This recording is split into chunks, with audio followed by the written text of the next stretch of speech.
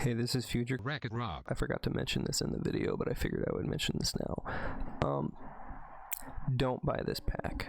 What's up, everybody? My name is Wreck-It Rob. So what I really wanted to talk about was a couple of the updates that we have from CCG, not necessarily in the game yet, but what's going to be added very shortly. So a lot of this is going to be pulled from stuff that was like said in the Discord by the developers. So some of it might just be them messing with us like they've done a couple of times, but I'm gonna hope that it's not, because that would be kind of a sick joke to play. So one of the first things is we finally have, well, we're about to anyway, have access to the Elven Queen skin. So I'm sure everyone has seen this skin. So if you click over into the skin, you click, oh, well, I have skin tags for these. But if you go to Elven Queen, the Miss Universe skin adds 8 speed to your Elven Queen. We couldn't get this. I'm pretty sure this was on the Taiwan server, or the China server. They had this. They're the only ones who had access to this, and like none of the other servers did. So it's currently in the test server. They're hopefully going to be doing it with the next if anybody remembers the like almost Wheel of Fortune type event that we had a couple of month ago maybe, I don't know, month and a half ago ish, somewhere around there. Anyway, not important. They're going to be doing that type of event, and this is the skin that's hopefully going to be in it, at least from the screenshots in the Discord. This is what's going to be in it, so we should have this soon.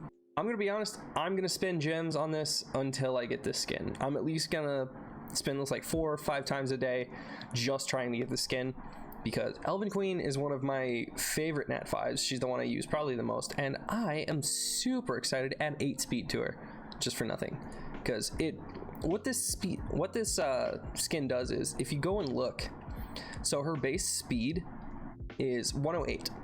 Okay, the Windwalker's base speed is 111, so it matches speed with the Windwalker if you have the skin on both of them, because the Windwalker adds 5, so the Miss Universe skin for the Elven Queen is going to add 8, so it's going to put your Elven Queen on par with your Windwalker. And if you build your Windwalker with the turn cycling, you can almost make your Elven Queen just as good as your Windwalker ish, depending on your definition of good, depending on how you want to use her. But if you're using the Elven Horn skill, it's pretty much just like the 3rd skill of the Windwalker, except I think it's 1 turn. Yeah, the Windwalker has a haste for 3 turns, the Elven Queen has haste for 2 turns, but it's also a 2nd skill. So anyway, point is, the skin's coming, it's gonna be great, and expect to see a lot of people with it eventually. One of the second updates, and this is something that I know is gonna upset a lot of people, but the speed teams are kind of being, like, the speed layer teams are kind of being nerfed. There is a kind of nerf happening to 2 different heroes. So you first have the Bone King, whose passive, we'll bring it up again. I know I brought it up before, but I might have edited it out. So his passive, Piercing Halo. This passive is not going to stack with any more Bone Kings. So the meta of having like multiple Bone Kings and then like a Spider Queen in Arena, that's not going to work anymore. These aren't going to stack with each other. So it just kind of shuts down the multiple Bone King. The other thing, which I'm not sure how it's going to be changing it, is Marquis' passive. Marquis' passive, which one is it? Divine Cane? Yeah, Divine Cane. So he's not going to be dealing a percentage of the target's HP, or at least not bosses. So both of these heroes are kind of going to be nerfed. I understand that this is going to upset a lot of people, but it's honestly for the good of the game. If you think about it, having the ability to, one-shot what in most games is typically end-game content, it's not a good thing. That's not good at all. That's not good for the longevity of the game. That's not good for us as players. I know it is for the people who get them, but essentially it adds another element of RNG to the game, where if you got these heroes, you're effectively given an easy pass to farm layer. Another thing that's happening, which is not necessarily a nerf to a hero, but is actually a changing of game mechanics, is with Himiko. So Himiko was just added to the game. She just had a banner.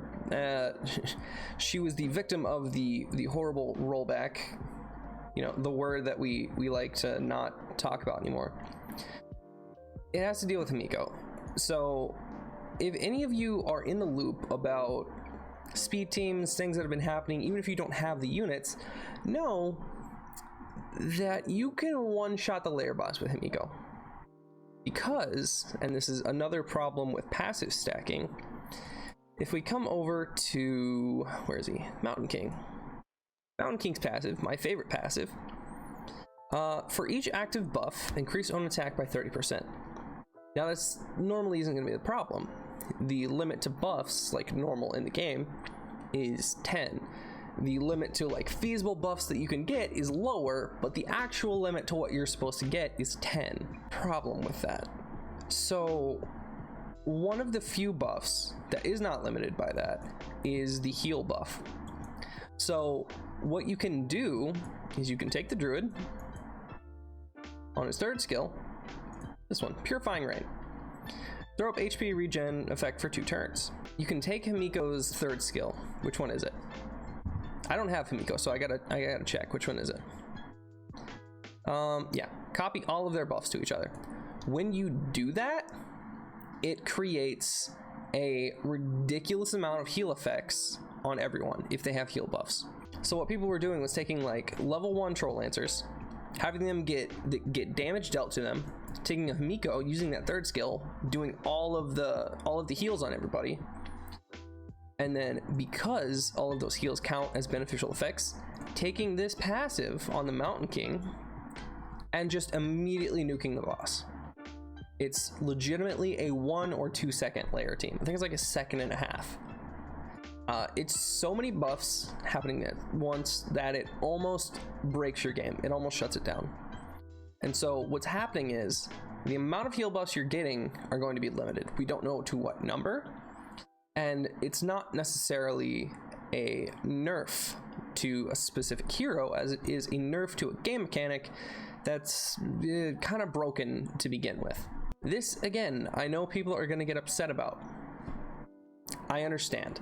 Okay, I'm sure a lot of people sat and pulled for Himiko when they saw it, spent a bunch of money and got her, and are now going to be upset that you can't sit and one-shot the layer boss with her.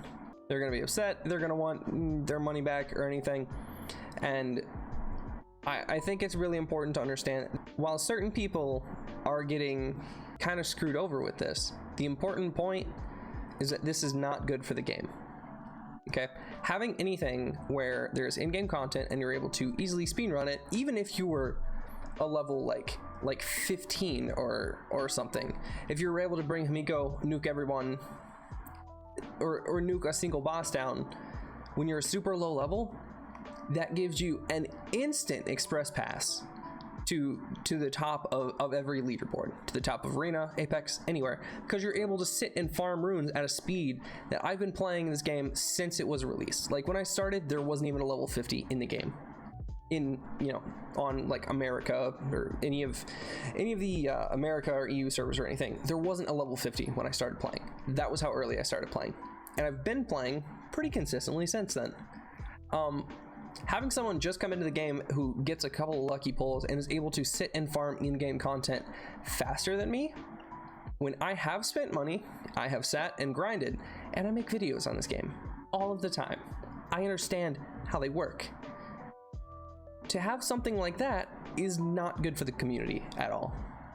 Like, and that's why people are also going to be upset about Bone King, Marquis. I know a lot of people are going to be upset with this, but it's what needs to happen. Much like with the rollback that needed to happen, this does as well.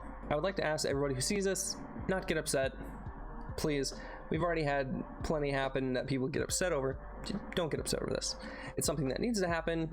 It was an abusive game mechanic that really wasn't supposed to be there, and is honestly adding too much luck to an already luck heavy game. Now, I'm sure a lot of people are going to say that the heroes are unusable. Let's go take a look. Just because this passive doesn't stack, not only that, like, I mean, he has other passives, and a lot of people use him on revives when they're in arena anyway, so that doesn't really affect anything. Piercing Halo, though, causes you to deal a lot of damage. That's not bad. He's still 100% usable. I know a lot of people are going to be upset because they have multiple Bone Kings. Just ruin them for World Boss. If you ruin him for that, I'm sure everything's going to be fine. He may not have the craziest attack out of anybody, but you can still do it. You can use multiple of them in, you know, Arena or in Apex. If you just swap the passives, he's still usable.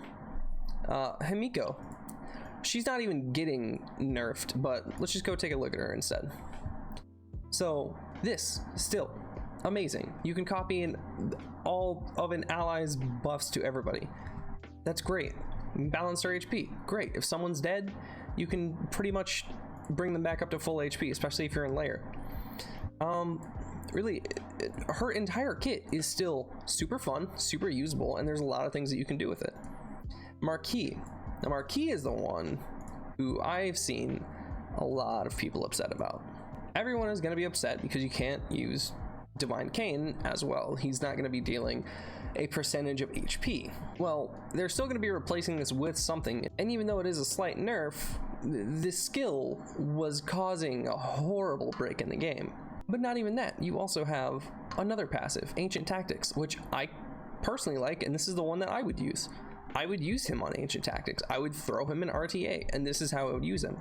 I would use him as a turn cycler and healer. He just makes your whole team a little bit faster and gives them a little bit more sustain. He still works perfectly fine. Water Spout as well. If you're able to throw in a strip, you could potentially use this to counter a lot of attack heavy teams. Ride the Tide. I feel like everyone just like forgets about this skill when they say that he's not going to be usable. It's still good. It's an AoE strip and what, slow as well? Super chance to, yeah, it's an AoE slow and strip. I feel like people are just completely forgetting about this skill.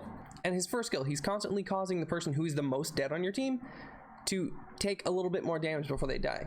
Like, he's a great assist type, even if you just have him on these 3 skills. Like, this is how I would use him in RTA. Yeah, he's not gonna like deal a bunch of damage. Like, people are gonna be upset because he doesn't cause a whole bunch of damage on something. That's not the point. The point of these games is, even if you're given like bad stats on something or a bad kit on something, you can still use a bad kit and do something amazing with it. Every kit is situational and usable in this game, and I hope that that is the takeaway that people really get from this video. Sorry, I know this video was kind of a little bit more of a rant, but I feel like I needed to talk about this because not enough people, content creators, or just players in general are really sitting here kind of defending CCG on this. But I would like to know in the comments why you disagree with me, because I know almost everyone who watches this video is going to disagree with me. Before you sit and just dislike this video and move on, tell me why. We can talk about it. Pop into my live stream over on Twitch. My link is down in the description. Come chat with me about it. I can defend my side. I can hear you out.